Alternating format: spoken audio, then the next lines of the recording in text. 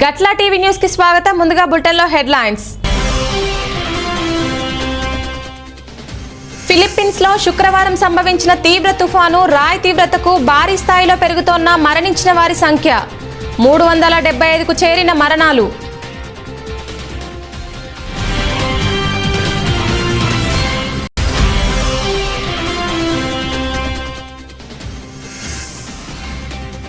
Chile అధ్యక్షుడిగా boric. ఎన్నికల్లో వామపక్ష విద్యార్థి సంఘం మాజీ నేత గాబ్రియల్ బోరిక్ ఘన విజయం.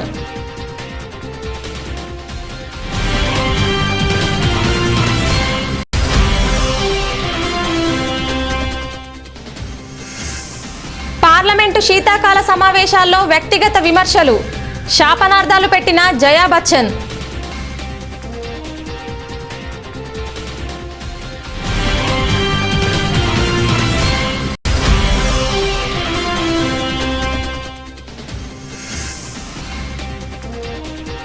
ఈ రోజు ఏపీ సీఎం జగన్ పుట్టినరోజు. జగన్ కు శుభాకాంక్షలు తెలిపిన మోదీ.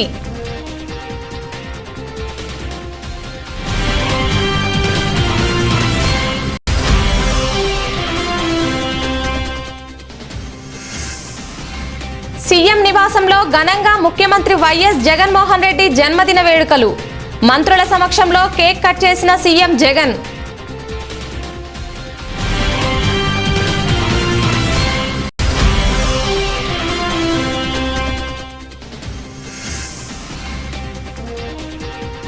సంక్రాంతి బరి నుంచి తప్పుకున్న భీమ్లా నాయక్, క్లారిటీ ఇచ్చిన నిర్మాతలు.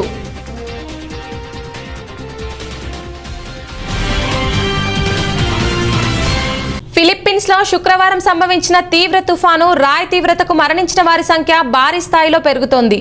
తాజాగా మరణాల సంఖ్య మొత్తంగా 375కు చేరుకుంది. మరోవైపు ఈ తుఫాన్ దాటికి 56 మంది జాడ తెలియడం లేదని అధికారులు సోమవారం తెలిపారు. గోడలు, చెట్లు కూలిపడడం, ఆకస్మిక వరదలు, కొండ చర్యలు విరిగిపడిన ఘటనలో మరో 500 మంది గాయాల పాలయ్యారు. తుఫాను తాకిడికి గురైన 25 నగరాలు, పట్టణాల్లో ఇప్పటికీ సమాచార వ్యవస్థలను పునరుద్ధరించడం వీలు కాలేదని చెప్పారు. మరో 200కు పైగా నగరాలు, పట్టణాలు చీకట్లోనే మగ్గుతున్నాయన్నారు. ప్రభావిత ప్రాంతాల్లో ప్రజలు ఆహారం, మంచినీరు కోసం ఎదురుచూస్తున్నారని చెప్పారు. చిలీ అధ్యక్ష ఎన్నికల్లో వామపక్ష విద్యార్థి సంఘం మాజీ నేత గాబ్రియల్ బోరిక్ ఘన విజయం సాధించారు. సోమవారం ప్రకటించిన ఫలితాల్లో బోరిక్ సునాయాసనంగా రికార్డు స్థాయిలో 56% ఓట్లు గెలుచుకున్నారు. ప్రధాన ప్రత్యర్థి జోస్ ఆంటోనియా కాస్ట్ కంటే 10 పాయింట్లు ఎక్కువగా సాధించారు.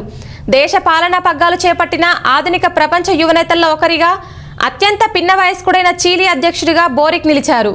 రాజధాని శాంటియాగోలో విజయోత్సవాల్లో భారీగా హాజరైన ప్రజలు, ముఖ్యంగా యువతను ఉద్దేశించి బోరిక్ స్థానిక మపూచే భాషలో ప్రసంగించారు. దేశాన్ని పునర్నిర్మిస్తానని ప్రకటించారు. ప్రజలందరికీ సమానంగా న్యాయం అందిస్తానని వాగ్దానం చేశారు. చిలీ అధ్యక్షుడు సెబాస్టియన్ బోరిక్తో ఫోన్లో సంభాషించారు. మార్చిలో అధ్యక్ష బాధ్యతలు చేపట్టనున్న ఆయనకు సహకారం అందిస్తామని చెప్పారు. పలు జీవనదులకు పుట్టిల్లైన హిమాలయాల్లోని హిమానీ నదాలు ఊహించనంత వేగంగా కరిగిపోతున్నాయని లీడ్స్ యూనివర్సిటీ నివేదిక హెచ్చరించింది. భూతాపం అనూహ్యంగా పెరుగుతుండడమే ఇందుకు కారణమని, దీనివల్ల ఆసియాలో కోట్లాది ప్రజలకు నీటి లభ్యత ప్రశ్నార్థకం కానుందని తెలిపింది. లండన్కు చెందిన ఈ యూనివర్సిటీలో నివేదిక జర్నల్ సైంటిఫిక్ రిపోర్ట్స్లో ప్రచురించారు. 400 నుంచి 700 సంవత్సరాల క్రితం జరిగిన గ్లేసియర్ ఎక్స్పాన్షన్ సమయం పోలిస్తే గత కొన్ని దశాబ్దాల్లో హిమాలయన్ గ్లేసియర్స్లో మంచు 10ంతలు అధికంగా కరిగిపోయిందని నివేదిక తెలిపింది. ప్రపంచంలోని ఇతర ప్రాంతాల్లోని హిమానీ నదాల కన్నా హిమాలయాల్లోని గ్లేసియర్స్ అత్యంత వేగంగా కుచించుకుపోతున్నట్లు హెచ్చరించింది. హిమాలయాల్లోని 14,798 గ్లేసియర్లు లిటిల్ ఐస్ ఏజ్ సమయంలో ఎలా ఉన్నాయో నివేదిక మదింపు చేసింది.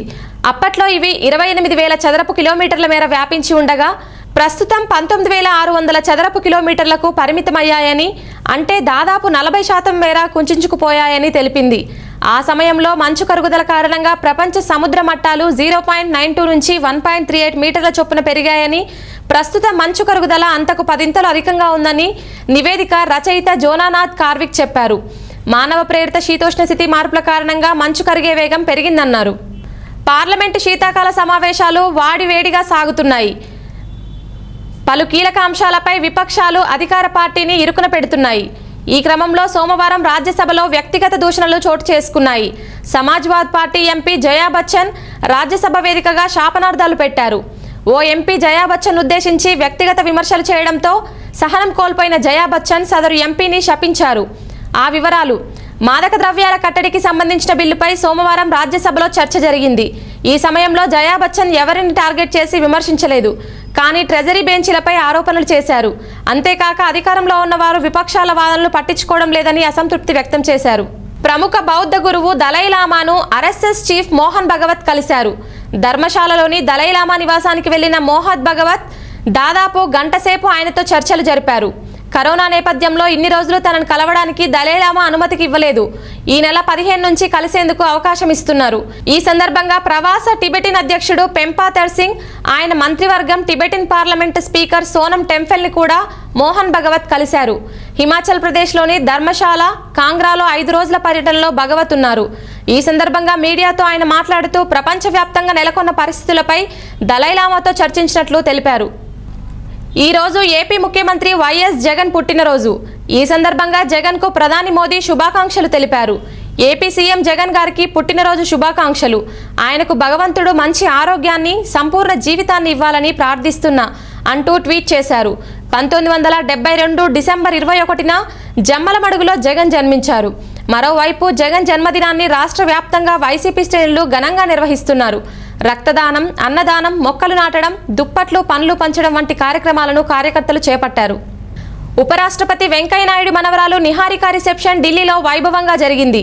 వెంకయ్యనాయుడు కుమారుడు హర్షవర్ధన్, రాధా దంపతుల కుమార్తె అయిన నిహారికకు హైదరాబాద్కు చెందిన రవితేజతో ఇటీవల శంషాబాద్ విమానాశ్రయంలోని జిఎంఆర్ ఎరీనాలో వివాహం జరిగింది. తాజాగా ఢిల్లీలో రిసెప్షన్ నిర్వహించగా రాష్ట్రపతి రామ్నాథ్ కోవింద్ దంపతులు, ప్రధాని నరేంద్ర మోదీ, సుప్రీంకోర్టు ప్రధాన న్యాయమూర్తి జస్టిస్ ఎన్వి రమణ, కేంద్ర హోంమంత్రి అమిత్ షా, రక్షణ మంత్రి రాజ్నాథ్ సింగ్ సహా పలువురు కేంద్ర మంత్రులు, ఢిల్లీ ముఖ్యమంత్రి అరవింద్ కేజ్రీవాల్, ఎన్సీపీ అధినేత శరద్ పవార్, పలువురు ఎంపీలు, వివిధ రాజకీయ పార్టీలకు చెందిన ప్రముఖులు, కేంద్ర ప్రభుత్వ ఉన్నతాధికారులు పాల్గొని నూతన వధూవరులను ఆశీర్వదించారు. ఓటర్ ఐడిని ఆధార్ నెంబర్తో అనుసంధించడం సహా పలు ఎన్నికల సంస్కరణలను పొందుపరిచిన బిల్లుకు లోక్సభ సోమవారం ఆమోదం తెలిపింది. బిల్లును హడావిడిగా తీసుకురావడంపై అసహనం వ్యక్తం చేసిన విపక్షాలు దీన్ని స్టాండింగ్ కమిటీ పరిశీలనకు పంపాలని డిమాండ్ చేశారు. చివరకు మూజువాణి ఓటుతో బిల్లుకు ఆమోదం లభించింది. ఎన్నికల చట్ట సవరణ బిల్లు 2021ను సోమవారం న్యాయశాఖ మంత్రి కిరణ్ రిజిజు లోక్సభలో ప్రవేశపెట్టారు. ఓటర్ ఐడి ఆధార్కు లింక్ చేయడం వల్ల బోగస్ ఓట్లను ఏరివేయవచ్చని ప్రభుత్వం పేర్కొంది. అయితే దీనివల్ల పౌరుల వ్యక్తిగత గోప్యతకు భంగం కలుగుతుందని, దేశ పౌరులు కాని వారు కూడా ఓటేసే ప్రమాదం ఉంటుందని కాంగ్రెస్ ఆరోపించింది. खास करके सर मैं 3 पॉइंट्स को आपको बताना चाहता हूं. इस कानून का अभी तक का जो इलेक्शन लॉ है उसके तहत एक सर अभी जो एग्जिस्टिंग कानून है उसके तहत एक जो नाम मत लाइए सर, अभी तक का जो कानून प्रावधान है उसमें कुछ डिस्पैरिटी है, कुछ कमियां है. इसको दूर करने के लिए सरकार इलेक्शन कमीशन के साथ तालमेल करके इलेक्शन कमीशन से जो रिकमेंडेशन आए हैं उसको मिलाते हुए हमने कुछ चेंजेस इस अमेंडमेंट के माध्यम से प्रस्तुत किया है. सबसे पहले सर इस कानून में हम लोग सब जानते हैं कि संविधान के मुताबिक जब 18 साल पार हो जाते हैं तो आपका वोटिंग राइट्स होते हैं, लेकिन अभी जो प्रावधान है 18 साल क्रॉस होने के बाद भी आपको वंचित होता है, क्योंकि पूरा सिस्टम में जनवरी 1 तारीख को जो क्वालिफाइंग डेट है, पूरे साल में एक ही क्वालिफाइंग डेट दिया है. उस क्वालिफाइंग डेट में अगर जो आते हैं उसके बाद पूरे साल भर जो रह जाते हैं उसको वंचित होता है. इसलिए एक क्वालिफाइंग डेट्स को सर 18 साल होने के बाद 1 जनवरी, 1 तारीख अप्रैल, 1 तारीख जुलाई और 1 तारीख अक्टूबर कैलेंडर ईयर में 4 क्वालिफाइंग डेट्स दिया गया है. उसके अलावा सर अभी जो हमारे एग्जिस्टिंग प्रोविजन है वो जेंडर न्यूट्रल नहीं था. इसका मतलब जो एक इंसान कहीं सर्विस में काम करते हैं, कहीं अपने जो ओरिजिनल वोटिंग जो जहाँ पे उसका नाम है उससे अलग जगह जाते हैं तो उसको सर्विस वोटर कहलाते हैं. तो वहाँ पे ये लिखा हुआ है कि वाइफ यानी कि हस्बैंड का कोई प्रावधान नहीं, वहाँ लिखा हुआ है वाइफ। तो सेक्शन 6 ऑफ द सेक्शन 20 का सब सेक्शन 6 में रिप्रेजेंटेशन। ప్రాణం ఉన్నవారు మాట్లాడాలి. నాకు జీవం లేదు. 4 రోజుల క్రితమే చనిపోయానని కాంగ్రెస్ ఎమ్మెల్యే మాజీ స్పీకర్ రమేష్ కుమార్ అన్నారు. సోమవారం బెలగావిలో ఎంఈఎస్ విధ్వంసకాండపై స్పందించాలని రమేష్ కుమార్ను విలేకరులు కోరగా చేతులెత్తి నమస్కరించారు. నేను జీవించలేను, 4 రోజుల క్రితం మృతి చెందానంటూ అక్కడి నుంచి వెళ్లిపోయారు. మహిళలపై అత్యాచారాల గురించి ఆయన అసెంబ్లీలో వివాదాస్పద వ్యాఖ్యలు చేయడం, దీనిపై మహిళా సంఘాలు తీవ్ర నిరసనలు చేయడం తెలిసిందే. పంటల కొనుగోలులో ఆర్బీకేలు క్రియాశీల పాత్ర పోషించాయని ముఖ్యమంత్రి వైఎస్ జగన్మోహన్ రెడ్డి అన్నారు. సోమవారం ఆయన తాడేపల్లిలోని తానా క్యాంపు కార్యాలయంలో ధాన్యం, ఇతర పంటల కొనుగోలుపై సమీక్ష నిర్వహించారు. ఖచ్చితంగా రైతుకు కనీస ఎంఎస్పీ ధర లభించాలన్నారు. రైతులందరికీ ఎంఎస్పీ రావడం అన్నది మన ప్రభుత్వ లక్ష్యమని సీఎం స్పష్టం చేశారు. ఆ దిశగా ఆర్బీకేలు అధికారులు కృషి చేయాలన్నారు.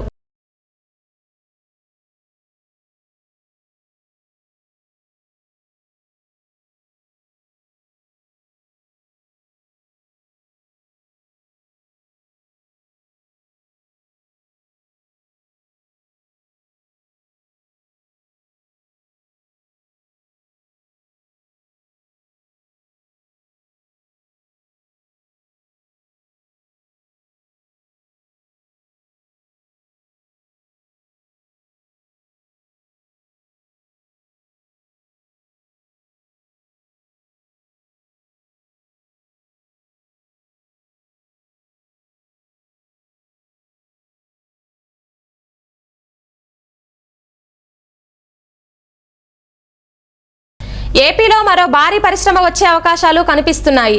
శ్రీ సిమెంట్ యాజమాన్యం రాష్ట్రంలో పరిశ్రమ ఏర్పాటు చేసేందుకు ఆసక్తి చూపుతోంది. Shree cement MD HM Bangur, JMD Prashant Bangur Tadepalli camp కార్యాలయంలో సీఎం జగన్తో సమావేశమయ్యారు. ఏపీలో శ్రీ సిమెంట్ పరిశ్రమ స్థాపనపై ధ్యాసాధ్యాసలపై సీఎంతో చర్చించారు. గుంటూరు జిల్లా దాచేపల్లి మండలం పెద్దగార్లపాడు వద్ద గ్రీన్ఫీల్డ్ సిమెంట్ కర్మాగారం నెలకొల్పేందుకు సంసిద్ధత వ్యక్తం చేశారు. దీని అంచనా వ్యయం 1500 కోట్లు కాగా ఏపీలో అమలు చేస్తున్న పారిశ్రామిక విధానాన్ని సీఎం జగన్ శ్రీ సిమెంట్ అధినేతలకు వివరించారు. రాష్ట్రంలో పెట్టుబడులకు అనుకూల వాతావరణం కల్పిస్తున్నామని, కొత్త వ్యాపారవేత్తలకు ఇబ్బంది లేని విధంగా ప్రోత్సాహకాలు అందిస్తున్నామని తెలిపారు.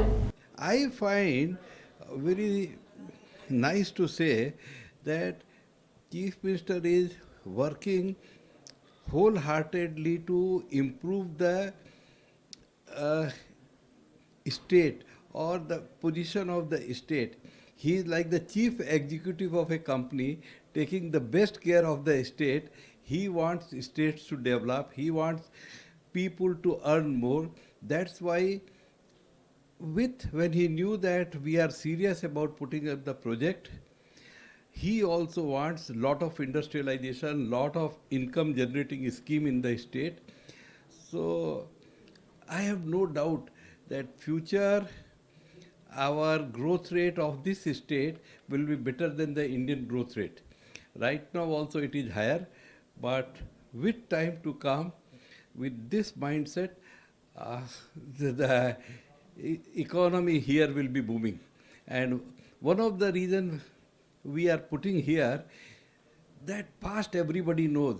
For future business you have to take a view, and we are very positive about the state. That's why we are taking a view of putting up here. We wanted to invest in the state, and Honorable CM Sir has been very kind in giving us time. We had discussed about setting up a cement plant in the state. The total investment which we envisage will be around 1500 crore.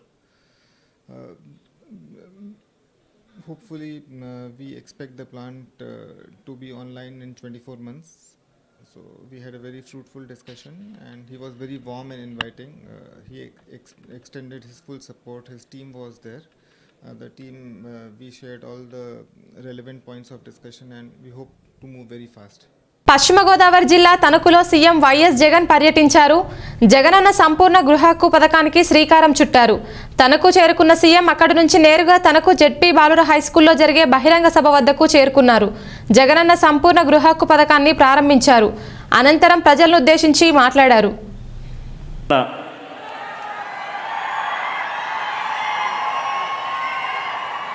దాదాపుగా 50 లక్షల పైసలకు మందికి ఆ కుటుంబాలకు మంచి జరిగే ఒక మంచి కార్యక్రమానికి ఈరోజు శ్రీకారం చుట్టడం చాలా సంతోషంగా ఉంది. ఇల్లు అంటే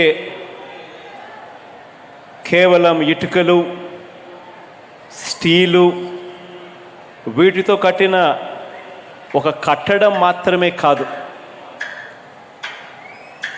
ఇల్లు అంటే ఒక సుదీర్ఘకాలం పడిన కష్టానికి ఆ తర్వాత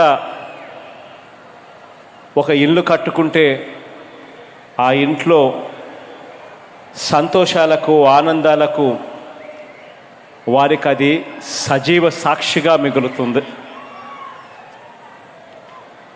సొంత ఊరు మాదిరిగానే మనం ఉన్న ఇల్లు కూడా మన జీవితకాలం మనం గుర్తుపెట్టుకుంటూ ఉంటాం. ఈరోజు ఒక ఇల్లు ఎంత అవసరమో మనమంతా కూడా చూస్తూ ఉంటాం.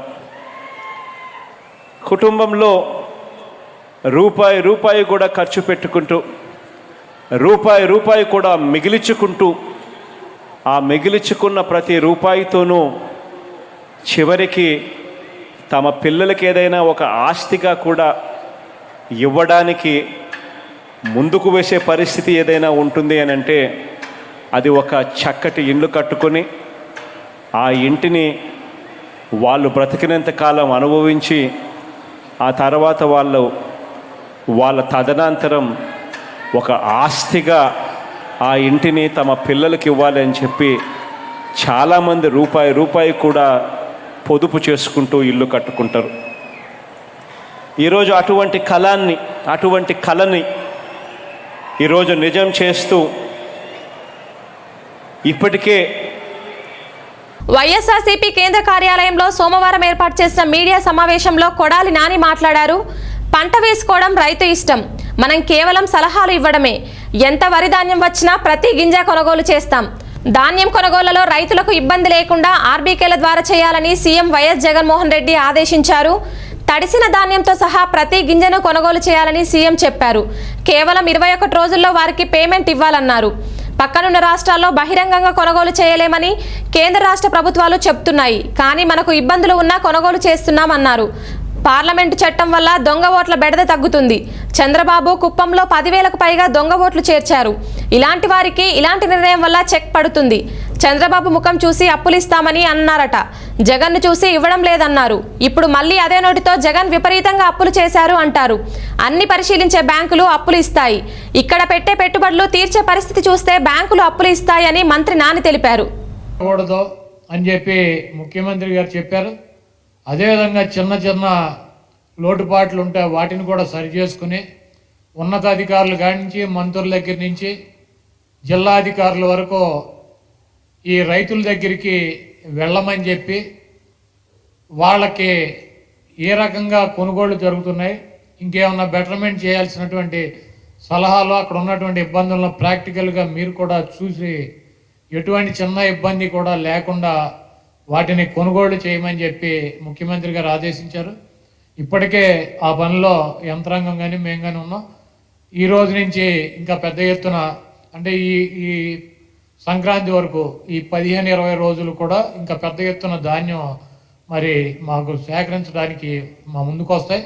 ఇంకా అప్రమత్తంగా అధికారులు కానీ మేము కానీ పనిచేసి రైతులకు ఎటువంటి ఇబ్బంది లేకుండా తీసుకున్న ధాన్యానికి 21 రోజుల్లో పేమెంట్ ఇస్తాం. అదేవిధంగా ప్రతి గింజ కూడా అది ఏ కలర్ ఉన్నా, ఏ రంగు మారిపోయినా, ఏ రకంగా దెబ్బతిన్నా కూడా ప్రతి గింజని కూడా ప్రభుత్వం కొనుగోలు చేస్తుందని చెప్పి రైతులకి ముఖ్యమంత్రి గారి తరఫున భరోసా ఇస్తున్నాం. ముఖ్యమంత్రి వైఎస్ జగన్మోహన్ రెడ్డి జన్మదినం సందర్భంగా నిర్మలా హృదయ భవన్లో మానసిక వికలాంగులు పేదలకు పండ్లు, స్వీట్లు, దుప్పట్లు, దుస్తులు పంపిణీ చేశారు. ఈ కార్యక్రమంలో రాష్ట్ర హోంమంత్రి మేకతోటి సుచరిత, ఎమ్మెల్యే నంబూరు శంకర్రావు, హీరో సుమన్ పాల్గొన్నారు. ఈ సందర్భంగా హీరో సుమన్ మాట్లాడుతూ కాశ్మీర్ నుంచి కన్యాకుమారి వరకు పలు ముఖ్యమంత్రుల పనితీరు పరిశీలించానని, వైఎస్ఆర్ అనేక సంక్షేమ పథకాలు అమలు చేశారని, ఆయన తనయుడు సీఎం వైఎస్ జగన్ అంతకంటే ఎక్కువ పథకాలు అమలు చేస్తున్నారన్నారు. హోంమంత్రి సుచరిత మాట్లాడుతూ సీఎం వైఎస్ జగన్ మరిన్ని పుట్టినరోజులు జరుపుకోవాలని ఆకాంక్షించారు. ఆయన కుటుంబంపై దేవుడి ఆశీస్సులు మెండుగా ఉండాలన్నారు. పెదకూరపాడు ఎమ్మెల్యే నంబూరు శంకర్రావు మాట్లాడుతూ వైఎస్ఆర్ తాను అమలు చేసిన పథకాలతో రాష్ట్ర చరిత్రలో చిరస్థాయిగా నిలిచిపోయారన్నారు. అంతకంటే ఎక్కువగా సీఎం వైఎస్ జగన్ సంక్షేమ కార్యక్రమాలు చేపడుతున్నారన్నారు. అంటే జగన్మోహన్ రెడ్డి గారు దీనికన్నా ఇంకా మంచి మంచి స్కీమ్స్ ఆయన చేయాలి. ప్రజల్లో ఆయన చేసిన కార్యక్రమం ఎవరు మర్చిపోకూడదు. And he should be the first person to do such schemes. Young CM, dynamic CM. So భగవంతుడిని ఏంటంటే కోరుకున్న బర్త్డే రోజు ఏంటంటే గివ్ హిమ్ గుడ్ హెల్త్, మంచి ఆరోగ్యం ఆయనకి ఇవ్వాలి అండ్ ఆయనకి గుడ్ విజ్డమ్ ఇవ్వాలి. అండ్ మనం అందరూ ఏంటంటే మనకి సపోర్ట్ చేయాలి. సీఎం నివాసంలో ముఖ్యమంత్రి వైఎస్ జగన్మోహన్ రెడ్డి జన్మదిన వేడుకలు ఘనంగా నిర్వహించారు. మంత్రుల సమక్షంలో CM YS Jagan cake cut చేశారు. సీఎంను కలిసి ప్రభుత్వ సలహాదారు సజ్జల రామకృష్ణారెడ్డి, సీఎస్ సమీర్ శర్మ శుభాకాంక్షలు తెలిపారు. వేడుకల్లో మంత్రులు పెద్దిరెడ్డి రామచంద్రారెడ్డి, బొత్స సత్యనారాయణ, బాలినేని శ్రీనివాసరెడ్డి, కొడాలి నాని, పేర్ని నాని, వెల్లంపల్లి శ్రీనివాస్, ఆదిమూలపు సురేష్, నారాయణస్వామి పాల్గొన్నారు. తాడేపల్లిలోని వైఎస్ఆర్సీపీ కేంద్ర కార్యాలయంలో సీఎం వైఎస్ జగన్ జన్మదిన వేడుకలు ఘనంగా నిర్వహించారు. వేడుకల్లో భాగంగా ఫోటో ఎగ్జిబిషన్, రక్తదాన శిబిరాన్ని ప్రారంభించారు. సర్వమత ప్రార్థనల అనంతరం కేక్ కట్ చేసి సజ్జల రామకృష్ణారెడ్డి శుభాకాంక్షలు తెలిపారు. స్యాభీష్టః ప్రీతః యత్సభాయాం విజయంతే తేన సోస్యాభీష్టః ప్రీతః యదా వసథేన్నగో హరంతి ఖడ్గాగ్రే శౌర్యలక్ష్మీః నిఖిల గుణగణాడంబరే కీర్తిలక్ష్మీః సర్వాంగే మయతు విజయతాం సర్వసామ్రాజ్యలక్ష్మీం భవతి శతాయుః పురుషస్యేంద్రియ ఆయుష్యేంద్రియే ప్రతిష్ఠతి. జన్మదినోత్సవ శుభముహూర్తః సుముహూర్తో అస్తు.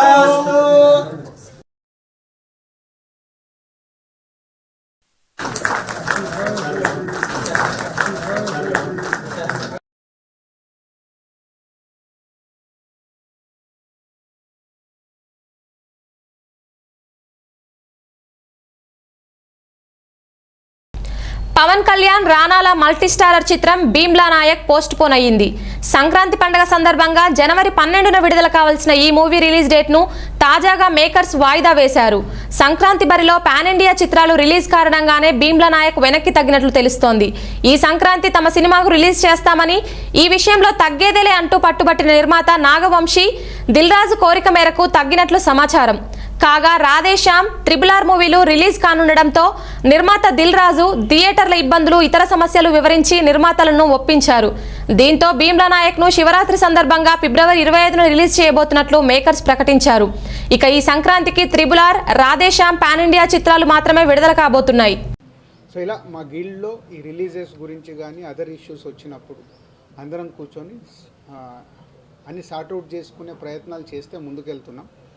సో అప్పుడప్పుడు మనకు మిడ్ రేంజ్ సినిమాలు, పెద్ద సినిమాలతో పాటు మిడ్ రేంజ్ సినిమాలు కూడా క్లాష్ అవుతుంటాయి. అప్పుడు కూడా ప్రొడ్యూసర్స్ వచ్చి కూర్చుంటే వాళ్ళని ఎలా సార్ట్అవుట్ చేయాలి, ఆ రిలీజ్ డేట్ ఎలా చూడొచ్చు అని ఎప్పటికప్పుడు ప్రయత్నాలు చేస్తూనే ఉన్నాం. అందులో 90% సక్సెస్ఫుల్గా వెళ్తున్నాం.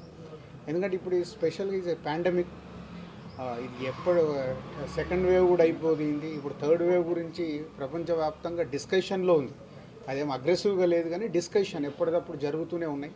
అవిటిని కూడా చూసుకుంటూ మేము రిలీజెస్ ప్లాన్ చేసుకోవాల్సి వస్తుంది లాస్ట్ 2 years నుంచి. సో అందరం స్ట్రగుల్ పడుతున్నాం. అట్లీస్ట్ ఈ స్ట్రగుల్లో నుంచి బయటికి రావడానికి సినిమా ఇండస్ట్రీలో మేమందరం ప్రొడ్యూసర్స్గా ఒక స్టెప్ ముందుకేసి అందరితో మాట్లాడుతూ ప్రయత్నాలు చేస్తూ ముందుకెళ్తున్నాం. సో దీన్ని మా రన్నింగ్ ప్రొడ్యూసర్స్ అందరూ, అంటే ఆల్మోస్ట్ ఒక 45 ఫిలిమ్స్ ప్రొడ్యూసర్స్ గిల్డ్కి అనుసంధానమై ఉన్నారు. రన్నింగ్ ప్రొడ్యూసర్స్ ఎవరున్నా గిల్డ్లో మెంబర్స్గా వాళ్ళు టచ్లోనే ఉంటారు. వాళ్ళది ఏ ప్రాబ్లం ఉన్నా సాధ్యమైనంత మటుకు ఎవ్రీ వీక్ మా వర్కింగ్ కమిటీ కూర్చొని సార్ట్అవుట్ చేయడానికి ప్రయత్నం చేస్తూనే ఉన్నాము. ఒక్కొక్కసారి మిస్ అవుతాయి. అంటే ఇప్పుడు మా దగ్గర కూడా ఇంతమందిని కన్విన్స్ చేయడం ఒక్కొక్కసారి మిస్ అయిన దాన్ని మిస్ అయిన పరిస్థితులు ఉన్నాయి. అవి కూడా మేము సార్ట్అవుట్ చేయడానికే ట్రై చేస్తాం, మా పని అది. సో మా చిన్నబాబు గారికి, భీమ్లా నాయక్ ప్రొడ్యూసర్ చిన్నబాబు గారికి thank you very much sir. అలాగే హీరో కళ్యాణ్ గారికి థ్యాంక్ యూ సార్. మా గిల్డ్ మిమ్మల్ని రిక్వెస్ట్ చేయగానే మీరు అర్థం చేసుకొని ఇచ్చినందుకు, డేట్ షిఫ్ట్ చేస్తున్నందుకు థ్యాంక్ యూ వెరీ మచ్. అలాగే ఫ్యాన్స్ అందరి హీరోల ఫ్యాన్స్కి చెప్పేది ఒకటే, సో మేము అందరం ఆలోచించే ఏది ఎలా వస్తే బాగుంటుంది అనేది మేము ఎఫర్ట్స్ పెట్టే వర్క్ చేస్తాము. దీని అందరి హీరోల అభిమానులు కూడా అర్థం చేసుకోవాలి.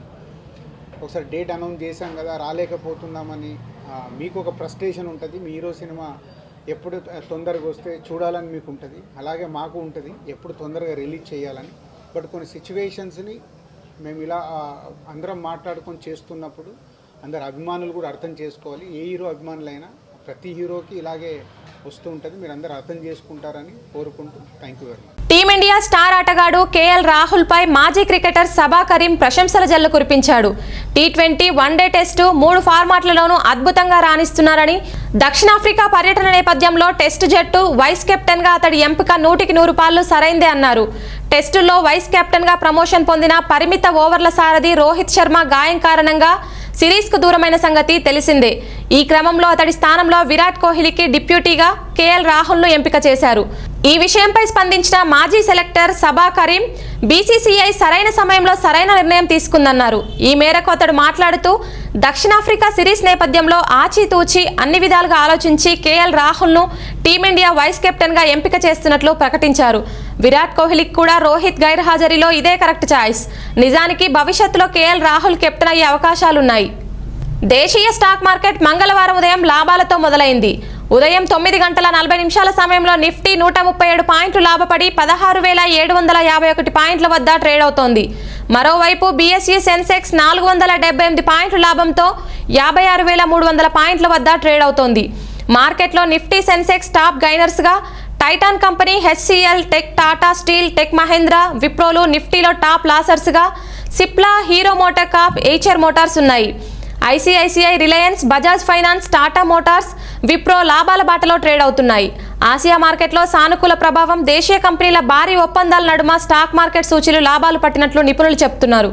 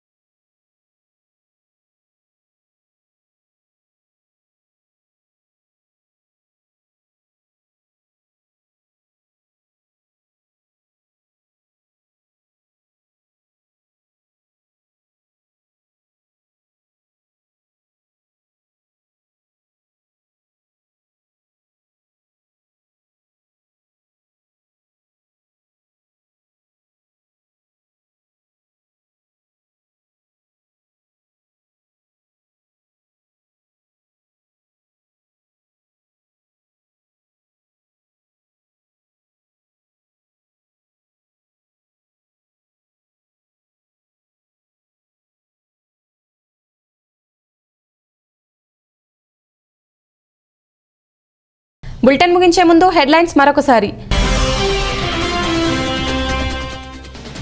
ఫిలిప్పీన్స్లో శుక్రవారం సంభవించిన తీవ్ర తుఫాను రాయ్ తీవ్రతకు భారీ స్థాయిలో పెరుగుతోన్న మరణించిన వారి సంఖ్య 375కు చేరిన మరణాలు.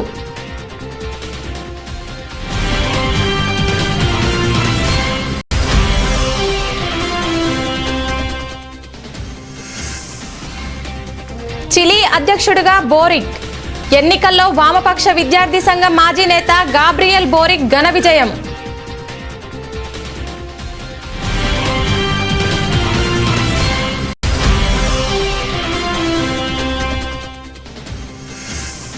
పార్లమెంటు శీతాకాల సమావేశాల్లో వ్యక్తిగత విమర్శలు, శాపనార్థాలు పెట్టిన జయా బచ్చన్.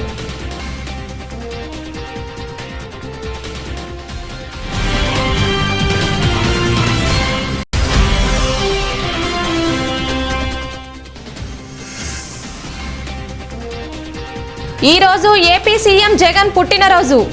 జగన్కు శుభాకాంక్షలు తెలిపిన మోదీ.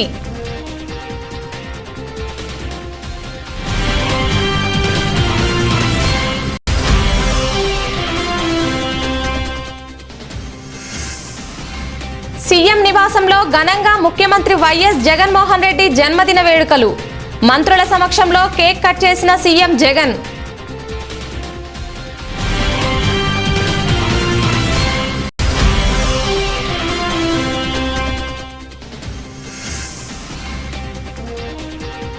సంక్రాంతి బరి నుంచి తప్పుకున్న భీమ్లా నాయక్.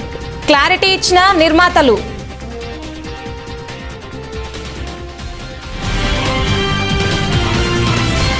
ఇది ఇవాల్టి బులెటిన్. తిరిగి మరొక బులెటిన్లో కలుసుకుందాం. అంతవరకు సెలవు. నమస్తే.